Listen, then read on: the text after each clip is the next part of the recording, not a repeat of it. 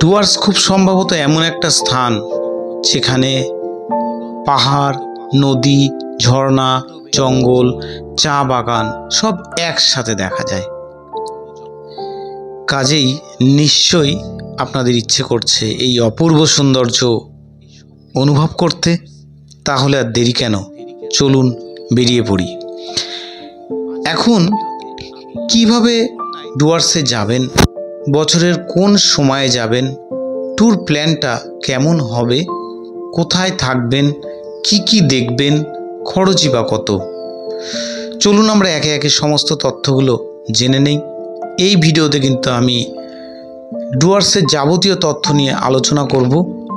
আশা করি ভিডিওটি আপনাদের ভালো লাগবে। ভালো লাগলে অবশ্যই লাইক করবেন, অনেক শেয়ার করবেন। আর নতুনদের কাছে রিকোয়েস্ট করব চ্যানেলটিকে সাবস্ক্রাইব করে পাশে থাকা বেল আইকনটি প্রেস করে রাখবেন, যাতে পরবর্তী ভিডিও সবার আগে পেতে পারেন। চলুন প্রথমেই আমরা জেনে নেই ডুয়ার্স ভ্রমণের সেরা সময় কোনটি। ডুয়ার্স ভ্রমণের সেরা সময় হচ্ছে অক্টোবর থেকে মার্চ, কারণ এই সময় বন্যপ্রাণী দেখার সম্ভাবনা সব থেকে বেশি থাকে। এছাড়া বছরের যে কোনো সময়েই কিন্তু যেতে পারেন, কারণ প্রত্যেকটা ঋতুতেই কিন্তু ডুয়ার্স নতুনভাবে সজ্জিত হয়। ডুয়ার্স ভ্রমণের আগে মনে রাখবেন, জঙ্গল সাফারি কিন্তু 15ই জুন থেকে 15ই সেপ্টেম্বর পর্যন্ত বন্ধ থাকে, কারণ এই সময়টা বিভিন্ন বন্য প্রাণীদের ব্রিডিং সিজন। এবার আমি আসি যে কিভাবে ডুয়ার্সে যাবেন। শুনুন, ডুয়ার্স ভ্রমণ গরুমারা দিয়ে শুরু করতে পারেন অথবা নিউ আলিপুরদুয়ার দিয়েও শুরু করতে পারেন, তবে সবচেয়ে ভালো হয় গরুমারা দিয়ে শুরু করা।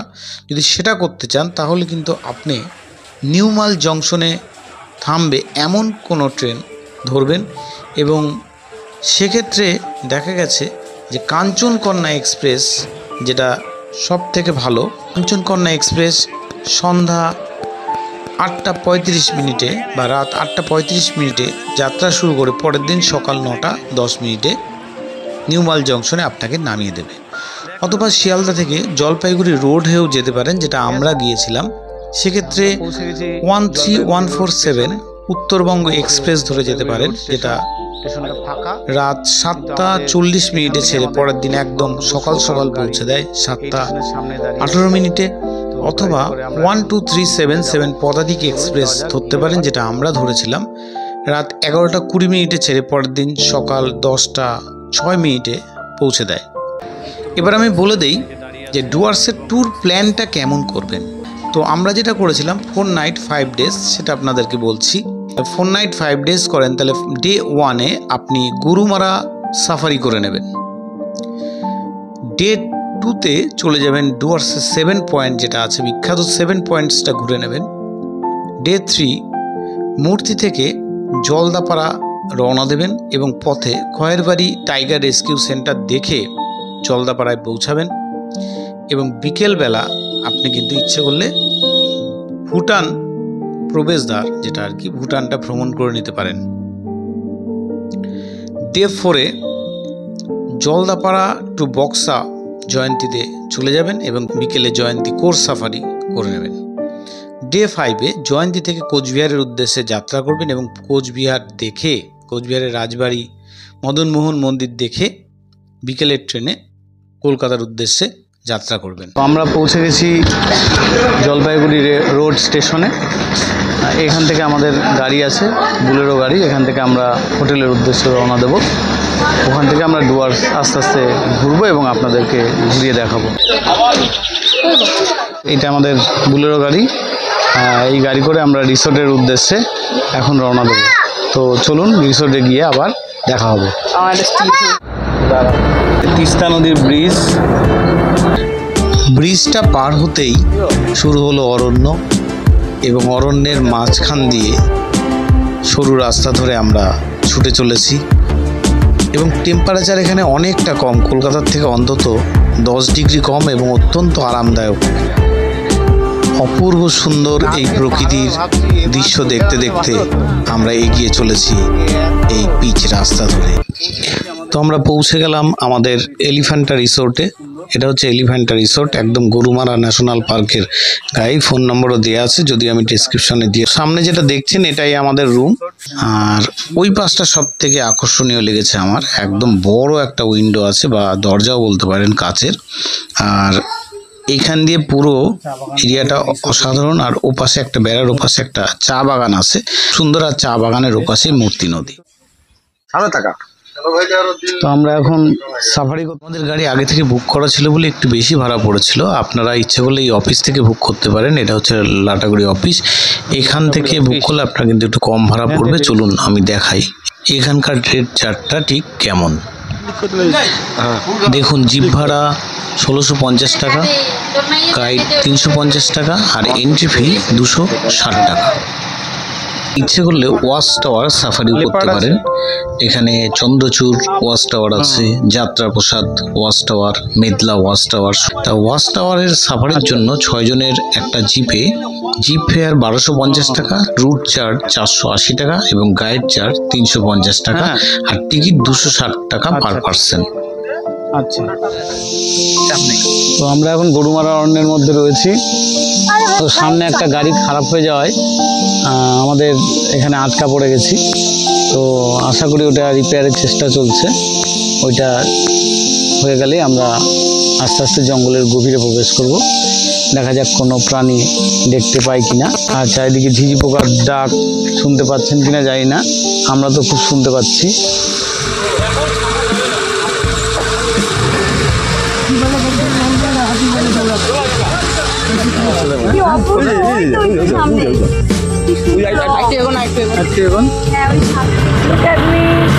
এটা স্কুল, এটা কলেজ, এটা ইউনিভার্সিটি, সব কিছুই আমি তো এরা করা করে নাকি বলারও কালে কি এটা অনাথ হিন্দু।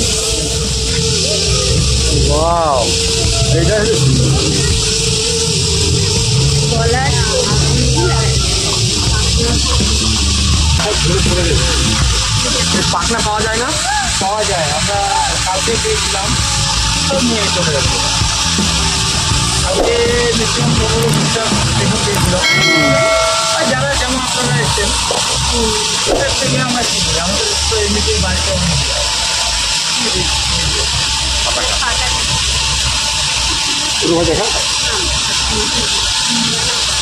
আমরা গভীর অরণ্যের মধ্যে বেশ কিছুটা সময় কাটালাম। অরণ্যের গভীরতা, ঝিঝি পোকার ডাক মন প্রাণ দিয়ে অনুভব করলাম। আসলে সত্যি অরণ্যের একটা আলাদা সৌন্দর্য আছে, যেটা এখানে না আসলে কিছুতেই বোঝানো সম্ভব হবে না। আমাদের কিন্তু কালকের গন্তব্য ডুয়ার্সের গুরুত্বপূর্ণ 7 পয়েন্ট, খুব আকর্ষণীয়। এটা হচ্ছে সেই বিখ্যাত পাথুরে মূর্তি নদী ডুয়ার্সে এসে যেটা না দেখলেই নয়। তো জল একদম স্বচ্ছ, একদম প্রচণ্ড স্রোতে বয়ে যাচ্ছে। নদীর স্রোতটা কেমন, তবে জল কিন্তু খুব বেশি নেই। আপনারা ইচ্ছে করলে হেঁটে ওপারে যেতে পারেন, যদিও পাশে ওয়াচ টাওয়ার আছে, সেখান থেকে লক্ষ্য রাখে যাতে ওপারে না যাওয়া হয়।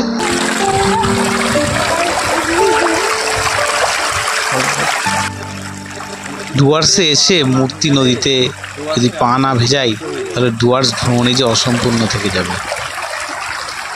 এটা কিন্তু আমাদের যে রিসোর্ট আছে এলিফ্যান্টা রিসোর্ট, এলিফ্যান্টা রিসোর্টের ঠিক পেছনেই আছে চা বাগান, আর তারপরেই আছে মূর্তি নদী। এখন আমরা 7 পয়েন্ট দেখার জন্য বেরোচ্ছি।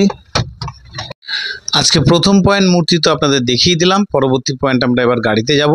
তো আমাদের পরবর্তী পয়েন্ট খুব সম্ভবত সামসিং, চলুন ওখানে গিয়ে দেখা হবে। যাওয়ার পরেই আমরা পৌঁছে গেলাম, চলে এলাম সামসিং এর একটা ভিউ পয়েন্টে।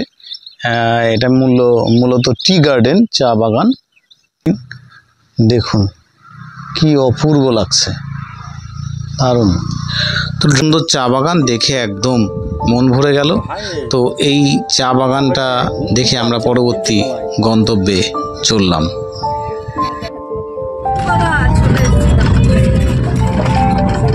চলে এলাম সামসিং ভিউ পয়েন্টে। এখানে লেখা আছে দেখুন যে আই লাভ সামসিং, আপনারা এখানে ফটোশ্যুট করতে পারেন। খুব সুন্দর একটা জায়গা ফটোশ্যুটের জন্য। আর চা বাগান তো চারপাশে ভর্তি, দেখতেই পাচ্ছেন। আর এখান থেকে ওই যে মূর্তি নদী, ওখান দিয়ে বয়ে গেছে মূর্তি নদী। এই যে বিশাল বড় পাহাড় দেখতে পাচ্ছেন, অপূর্ব সুন্দর পাহাড়ি নদী, মূর্তি নদী। পাহাড় ঘেরা জায়গাটা অপূর্ব। আর নিচে যে মূর্তি নদী রয়েছে সেটা দেখেই বোঝা যাচ্ছে আমরা অনেকটা উপরে উঠে এসেছি। তো এক কথায় এখানকার যে ভিউ অসাধারণ।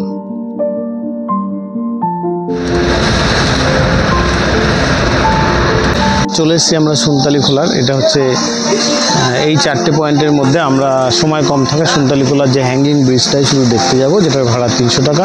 আর 4টে একবারে দেখলে পারে 1300 টাকা ভাড়া পড়বে।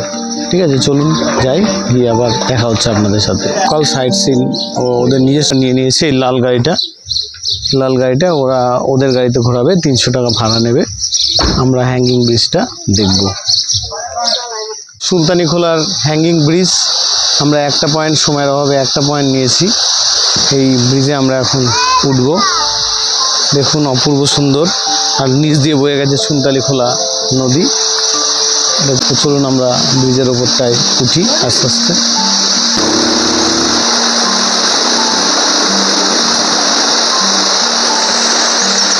আর এই সেই বিখ্যাত হ্যাঙ্গিং ব্রিজ, আমি হেঁটে যাচ্ছি। তো চলে এলাম রকি আইল্যান্ডে। এটা রকি আইল্যান্ডের 7 পয়েন্টের মধ্যে একটা অন্যতম পয়েন্ট হচ্ছে রকি আইল্যান্ড। এই ব্রিজটা পার হয়ে আমরা রকি আইল্যান্ডের দৃশ্য সত্যিই মনোমুগ্ধকর, অপূর্ব সুন্দর প্রাকৃতিক বা প্রকৃতিকে আপনি অনুভব করতে পারবেন। আর এপাশে যে ব্রিজটা দেখতে পাচ্ছেন, এই ব্রিজটা কিন্তু একদম আইকনিক, কারণ এখানে অনেক সিনেমার শুটিং হয়েছে। এই ব্রিজটি হচ্ছে মূর্তি মুক্তি ব্রিজ, কারণ এই ব্রিজের নিচ দিয়ে মূর্তি নদী প্রবাহিত হয়েছে। দেখুন রকের গা বেয়ে কীভাবে খরস্রোতা নদীটি নেমে আসছে। এটা হলো গৌরীবাস ভিউ পয়েন্ট। এখন লেখা আছে আই লাভ গৌরীবাস। এখান থেকে মানে ঠিক ওপাশে ভুটান আছে আর এপারে ইন্ডিয়া। কিন্তু এই ভিউ পয়েন্ট থেকে, অর্থাৎ গৌরীবাস ভিউ পয়েন্ট থেকে নিচে প্রবাহিত জলঢাকা নদীর এক অপূর্ব ল্যান্ডস্কেপ পাওয়া যায়, আপনারা দেখতে পাচ্ছেন। যদিও এখানে একটু মেঘলা থাকায় অতটা পরিষ্কার আপনাদের দেখাতে পাচ্ছি না, কিন্তু দেখুন যে নিচে ঝালং গ্রাম আছে, সেদিকটায় আমরা যাব। তো এটা অ্যাকচুয়ালি এর পাশ দিয়ে বিন্দু যাওয়ার রাস্তা আছে, সেখানে কিছুটা গেলেই আমরা ঝালং পিকনিক স্পট কিন্তু দেখতে পাবো। সেখানে জলঢাকা নদী উত্তাল হয়ে বয়ে চলেছে, সেটা আমরা দেখব। কিন্তু এই দৃশ্যটা দেখুন, এখানে একটা রেস্টুরেন্ট আছে, থাকারও খাওয়ার ব্যবস্থা আছে, আপনারা ইচ্ছে করলে এখানে খেতে পারেন। তো দেখুন কি অপূর্ব গৌরীবাস ভিউ পয়েন্টটি। এটা হচ্ছে সেই বিখ্যাত গৌরীবাস ভিউ পয়েন্ট। এই ঝালং যাওয়ার রাস্তাতেই কিন্তু পড়লো আমাদের ঝালং গ্রাম, ঝালং পিকনিক স্পট। এটা এখানে কিন্তু জলঢাকা নদী দেখতে পাচ্ছেন, উত্তাল হয়ে বয়ে চলেছে। এই অপূর্ব সুন্দর, এখানে অনেকে পিকনিক করে। তো দেখে নিলেন এই জায়গাটি। এরপরে আমরা বিন্দুর উদ্দেশ্যে রওনা দিলাম। দেখুন এটা হচ্ছে হোটেল অ্যাপেল স্টোন। এই অ্যাপেল স্টোন হোটেল, এখানে আপনারা খাওয়া দাওয়া করতে পারেন। আর এই যে বড় পাথরটা দেখছেন, তো পাথরটা অনেকটা আপেলের মতো। এই দেখুন এই যে পাথরটা পুরো আপেলের মতো দেখতে। এটা হচ্ছে অ্যাপেল স্টোন ভিউ পয়েন্ট। দেখুন কি পয়েন্ট হচ্ছে বিন্দু। এখানে বিন্দু মার্কেট আছে, দেখতে পাচ্ছেন এই পুরো এরিয়াটা একটা মার্কেট। এখানে আপনারা কেনাকাটি করতে পারেন। আর এখানে জলঢাকা নদী আছে, ড্যাম আছে। চলুন আমরা এক এক করে দেখাই। মার্কেটে দেখাই যাচ্ছে ওই যে ড্যাম দেখতে পাচ্ছেন, আর ওপরে মেঘ পুরো ভেসে বেড়াচ্ছে, সে অপূর্ব দৃশ্য।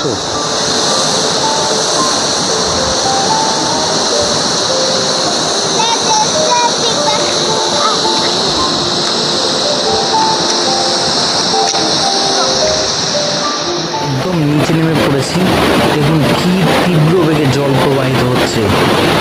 আর ওই ড্যাম, ওখান থেকে জলটা দৃশ্য এতটাই অপূর্ব যে আপনারা সারাদিন এখানে কাটিয়ে দিতে পারবেন। দেখুন কি অপূর্ব দৃশ্য, এই ড্যাম থেকে জল ছাড়ছে এবং জল তীব্র বেগে নিচে নেমে আসছে। আমরা কিন্তু নদীর একদম মাঝামাঝি, যদিও এটা খুব রিস্কি, আপনারা যাবেন না।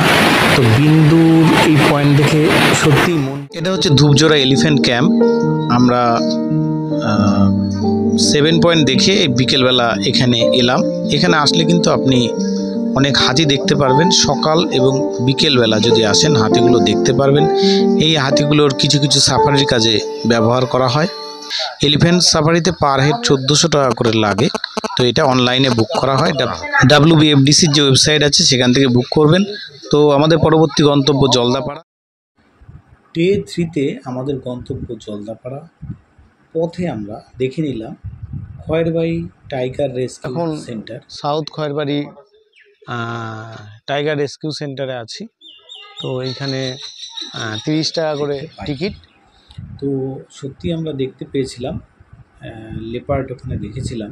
অ্যাকচুয়ালি যারা অসুস্থ হয়, যে সমস্ত বাঘ, তাদেরকে এখানে রেখে চিকিৎসা করা হয়। তো আমরা কিন্তু তো আমাদের পরবর্তী গন্তব্য জলদাপাড়া। ওখানে গিয়ে আমরা বাবুসোনা হোমস্টেতে ছিলাম এবং আমাদের কাছে দুটি অপশন ছিল। একটা হচ্ছে জলদাপাড়া সাফারি করা এবং অপরটি হচ্ছে ভুটানের ফোনসিলিং শহরটি দেখা। তো আমরা দ্বিতীয়টি চুজ করেছিলাম, ফলে আমরা ভুটানের ফোনসিলিং শহরের উদ্দেশ্যে যাত্রা করলাম। মেঘের দেশ ভুটান ভীষণ সুন্দর একটি দেশ এবং ভুটানের প্রবেশদ্বার বলা হয় ফোনসিলিং শহরকে। তো এটা হচ্ছে গেট, এখান দিয়ে আপনাদের প্রবেশ করতে হবে এবং বৈধ আইডেন্টি কার্ড কিন্তু লাগবে, অর্থাৎ ভোটার কার্ড বা আধার কার্ড নিয়ে আপনাকে যেতে হবে। তো ভীষণ সুন্দর এই শহর। তো আমরা দেখেছিলাম এই আমচু হ্যাঙ্গিং ব্রিজটি, খুব সুন্দর। এটা হচ্ছে সেই বিখ্যাত আমচু হ্যাঙ্গিং ব্রিজ, আর এইখান দিয়ে মূলত প্রবেশ করতে হয়। আমরা এইখানে দুটো জায়গা দেখেছিলাম, একটা হচ্ছে আমচু হ্যাঙ্গিং ব্রিজ, অপরটি হচ্ছে গিয়ে কারবান্দি মনাস্ট্রি। খুব সুন্দর, তবে আপনারা একটু টাইম নিয়ে আসবেন। আমাদের হাতে সময়টা কম ছিল, এই জন্য আমরা ভালো করে এই ভুটানের ফোনসিলিং শহরটিকে দেখতে পাইনি। আপনাদেরকে অনুরোধ করব আপনারা কিন্তু অবশ্যই সময় নিয়ে আসবেন। আমরা গাড়ি করে রওনা দিলাম জয়ন্তীর উদ্দেশ্যে। দুপাশের ঘন জঙ্গলের মাঝখানের রাস্তা দিয়ে যেতে একটা অন্যরকম অনুভূতি হচ্ছিল। যাওয়ার আগেই আমি ওখানকার অন্যতম সেরা হোমস্টে, এটা হচ্ছে বনান্তে হোমস্টে, বুক করেছিলাম। আপনারাও ফোন করেও বুক করে নিতে পারেন, যেটা আমি স্ক্রিনে দিয়ে দিলাম। বনান্তে হোমস্টেতে এই আমাদের রুম। এই বনান্তের যে হোমস্টের এই আমাদের রুম। ওই পাশে জয়ন্তী নদী আছে, এই যে ব্যারিয়ারটা দেখছেন এর ওপাশে জয়ন্তী নদী আছে। আমাদের গাড়ি চলে এসছে, বন দপ্তরের গাড়ি, যেটার 1750 টাকা করে নেবে এবং জয়ন্তী কোর্স সাফারি করাবে। যদি আপনারা কাউন্টার থেকেও যেতে পারেন, ভাড়া কিন্তু একই। কাজেই এখান থেকেই আমরা রওনা দেব। তো আমরা আজকে জয়ন্তীর সাফারি করতে বেরোলাম। আগের দিন গরুমারা সাফারি করেছি, জয়ন্তীর সাফারি করতে বেরোলাম। দেখি আজকে কিছু দেখা যায় কিনা। বিভিন্ন পাখির ডাক একটা অদ্ভুত অনুভূতি সৃষ্টি করেছে। পাখির ডাক, ঝিঝি পোকার ডাক। হ্যাঁ, ঝিঝি পোকার ডাকটা এখানে কম, গরুমারাতে বেশি ছিল।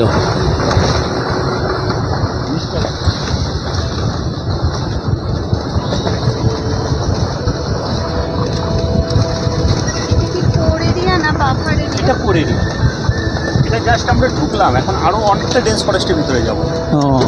সাফারি এখন অনেক পাখি এবং এরিয়াটাও এখানে বেশি, মোটামুটি আপনার 26 থেকে 27 স্কোয়ার কিলোমিটারের জঙ্গল আমরা। আচ্ছা আচ্ছা, এখন তো সবাই আমরা ঢুকলাম। এই সাফারিটা কতক্ষণে? সাফারি প্রসঙ্গে একটা কথা বলে রাখি, সাফারি আপনারা চেষ্টা করবেন সকালের সাফারিটা বুক করতে, তাহলে সেখানে বন্যপ্রাণী দেখার সম্ভাবনা অনেক বেশি থাকে। এখানে একটা হরিণ দেখলাম মনে হচ্ছে।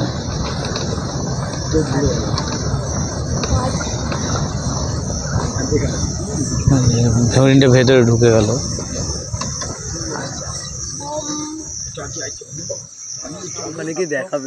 চলো আয় আয় আয় আয় আয় আয় এই পুরো আগা হাঁটতে পারবি না, আস্তে আস্তে। ও লুকাচ্ছে কিন্তু এখানে। জঙ্গলের শব্দটা একবার শুনুন।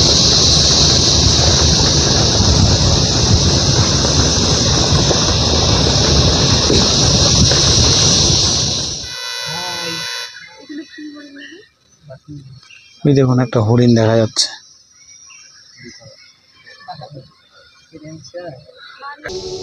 সাফারি শেষে আমরা আবার আমাদের হোমস্টেতে ফিরে এলাম এবং সেখানে একটু রেস্ট নিয়ে আমরা কিন্তু জয়ন্তী রিভার বেডে চলে গেলাম। তো আমরা জয়ন্তী নদী রিভার বেডে রয়েছি।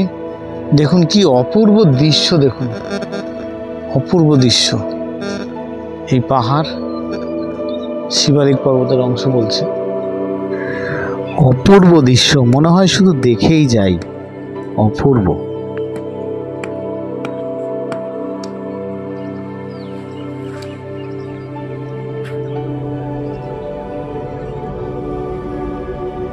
ব্রিজ পূর্বে ছিল ব্রিটিশ আমলে নির্মিত, 1916 সালে, এখানে সব লেখা আছে 1916 সালে এই রেল ব্রিজটি নির্মিত হয়েছিল। তো এই ধ্বংসাবশেষটা এখনও আছে, দেখুন আমি দেখাই। এই জয়ন্তী নদীর ওপর এই ব্রিজটা, ওই পাশে একটা দেখতে পাচ্ছেন, আর এখানে আছে দুটো। তো অবশেষে পেলাম জয়ন্তী নদীর ধারা। নদীর ঠিক মাঝামাঝি এই শুষ্ক নদী পার করে, সেই ব্রিটিশ আমলের তৈরি ব্রিজটার পার করে যখন এইদিকে এলাম, তখন নদীর জলের শব্দ এবং জলধারা দেখতে পেলাম, জলের শব্দ শুনতে পেলাম। বয়ে চলেছে নদী, অপূর্ব সুন্দর এই নদী। ওই পাহাড় থেকে নেমে এসেছে, ওই সুদূর ওই পাহাড় থেকে নেমে এসেছে, নেমে আস্তে আস্তে আস্তে আস্তে নিচের দিকে চলে গেছে। তো এইখান দিয়ে সোজা বয়ে গেছে জয়ন্তী নদী। পাথরের গায়ে ধাক্কা লেগে একটা অদ্ভুত শিহরণ তৈরি করছে, অর্থাৎ একদিকে নদীবক্ষ, শুষ্ক নদীবক্ষ, অন্যদিকে পর্বত, শিবালিক পর্বতের একটা অংশ, আর মাঝখান দিয়ে বয়ে চলেছে জয়ন্তী নদী। জয়ন্তীতে কেন যাবেন? কারণ পাহাড়ি নদীর লোভনীয় শব্দ, অচেনা পাখির কিচিরমিচির, প্রকৃতির মিষ্টি সুবাস এবং জয়ন্তীতে সতেজ শীতল পরিবেশ অনুভব করতে বা উপভোগ করতে যেতেই হবে জয়ন্তীতে। শেষ দিন অর্থাৎ পঞ্চম দিনে আমাদের গন্তব্য কোচবিহার। এটা হলো কোচবিহার স্টেশন। এখান থেকে কোচবিহারের মূলত 3টে জনপ্রিয় স্থান আমরা ভ্রমণ করব। তো প্রথমেই আমরা চলে যাব বানেশ্বর শিব মন্দিরে। এখানে মহাদেব বানেশ্বর রূপে পূজিত হন। শ্বেত শুভ্র মন্দিরটি কিন্তু সত্যিই সুন্দর, আর এখানে রয়েছে গর্ভগৃহ, যেখানে মহাদেবের মূর্তিকে পুজো করা হয় বানেশ্বর রূপে। তো প্রকৃতির মাঝখানে শ্বেত শুভ্র মন্দিরটি খুবই সুন্দর। পাশে, মন্দিরের পাশে এই যে পুকুরটি দেখছেন, এখানে কিন্তু বিরল প্রজাতির কচ্ছপ আছে। অনেকের মতে কোচ রাজবংশের মহারাজা নরনারায়ণ এটি প্রতিষ্ঠা করেছিলেন। আমাদের পরবর্তী গন্তব্য মদনমোহন মন্দির। কোচবিহারের সবচেয়ে বিখ্যাত এবং জাগ্রত মন্দিরগুলির মধ্যে এই মদনমোহন মন্দির বিখ্যাত, যেখানে প্রাণের ঠাকুর মদনমোহনের আরাধনা করা হয়। তিনি কোচবিহার রাজ পরিবারের কুলদেবতা। এছাড়া মা কালী, মা তারা ও মা ভবানীর মূর্তিও এখানে রয়েছে। 1890 সালে মহারাজা নৃপেন্দ্র নারায়ণ কোচবিহার শহরের প্রাণকেন্দ্রে মন্দিরটি প্রতিষ্ঠা করেন। এই উপলক্ষে কোচবিহারের রাসমেলার সূচনা হয়, যা বর্তমানে খুবই জনপ্রিয়। আমাদের এর পরবর্তী গন্তব্য সাগর দিঘি, যেটাও অন্যতম সেরা আকর্ষণ কিন্তু এই সাগর দিঘি। এই বিশাল দিঘিটা জনপ্রিয় এই কারণেই, দার্জিলিং মেলে যেরকম সন্ধ্যাবেলায় সবাই এসে ভিড় জমায়, কোচবিহারের সাগর দিঘি কিন্তু সেই রকম স্থান। বৃদ্ধ, বালক, যুবক, যুবতী সবাই এখানে এসে একটা সময় অতিবাহিত করে। আর সাগর দিঘির জনপ্রিয়তার অপর একটি গুরুত্বপূর্ণ কারণ হলো মাইগ্রেটরি বার্ড। এখানে শীতকালে প্রচুর পরিযায়ী পাখি এসে ভিড় জমায়। কোচবিহারের আমাদের শেষ গন্তব্য কোচবিহারের বিখ্যাত রাজবাড়ি। এইটা হচ্ছে টিকিট কাউন্টার। এখান থেকে টিকিট কেটে রাজবাড়িতে প্রবেশ করতে হবে। টিকিট মূল্য 25 টাকা। এবং এই রাজবাড়িটি 1887 সালে মহারাজা নৃপেন্দ্র নারায়ণ তার রাজত্বকালে বাকিংহাম প্যালেসের আদলে ইতালীয় স্থাপত্য শৈলীতে এটি নির্মাণ করেছিলেন। রাজবাড়িতে ক্লাসিক্যাল ওয়েস্টার্ন শৈলীর ছাপ দেখতে পাওয়া যায়। এই রাজবাড়িটি 10টা থেকে 5টা পর্যন্ত খোলা থাকে, শুক্রবারে বন্ধ। বর্তমানে এটি একটি মিউজিয়াম এবং এখানে প্রবেশ মূল্য 25 টাকা পার হেড। আর মনে রাখবেন, এটি কিন্তু একটি প্লাস্টিক ফ্রি জোন। তো এই যে রয়্যাল প্যালেসটি একটি দ্বিতল ইটের কাঠামো, যা রেনেসাঁ স্থাপত্য শৈলীতে বাকিংহাম প্যালেসের আদলে তৈরি। বর্তমানে ভারতীয় প্রত্নতাত্ত্বিক বিভাগের নিয়ন্ত্রণাধীন একটি জাদুঘর। এটি 4766 স্কোয়ার মিটার এলাকা জুড়ে নির্মিত। ভেতরে রয়েছে drawing room, dining hall, billiard room, library, bedroom. ভেতরের কক্ষগুলিতে যে শিল্পকর্ম এবং মূল্যবান জিনিসপত্র ছিল, তা কালের গর্ভে অনেকটাই হারিয়ে গেছে। এখনও যা আছে তা নিতান্ত কম নয়। রাজবাড়িতে সময় কাটাতে ভীষণ ভালো লাগে। সম্পূর্ণ জায়গাটি অবশ্যই ঘুরে দেখবেন, সময় নিয়ে দেখবেন। তো এই প্রত্যেকটা, যদি আপনারা কেবলমাত্র কোচবিহারের ট্যুরের পুরো প্ল্যানটা চান, তাহলে কোচবিহার ট্যুর নিয়ে আমার একটা ভিডিও আছে, সেই লিঙ্কটি আমি ডেসক্রিপশন এবং আই বাটনে দিয়ে দেবো, আপনারা দেখে নেবেন। আজকে প্রত্যেকটা পয়েন্টকে কিন্তু আমি প্রত্যেকটা জায়গার টোটাল ট্যুরটাকে, ডুয়ার্সের ট্যুরটাকে আমি ছোটো ছোটো পার্টে ভাগ করেছি। প্রত্যেকটার কিন্তু ফুল ভিডিও আছে, যেটা দেখলে আপনি কিন্তু বিস্তারিতভাবে সমস্ত তথ্যগুলো জানতে পারবেন। প্রত্যেকটা তথ্য সম্পর্কিত ভিডিও আমার আছে। প্লিজ আমার চ্যানেলে ঢুকে আপনারা সেগুলো দেখে নেবেন। তো আশা করি আজকের এই ভিডিওটি আপনাদের ভালো লেগেছে। ভালো লাগলে অবশ্যই লাইক করবেন, অনেক অনেক শেয়ার করবেন। আর নতুনদের কাছে রিকোয়েস্ট করব, চ্যানেলটিকে সাবস্ক্রাইব করে পাশে থাকা বেল আইকনটি প্রেস করে রাখবেন, যাতে পরবর্তী ভিডিও সবার আগে পেতে পারেন। দেখা হচ্ছে পরের অপর একটি গুরুত্বপূর্ণ ভিডিওতে। ততদিন সুস্থ থাকুন, ভালো থাকুন। ধন্যবাদ সবাইকে।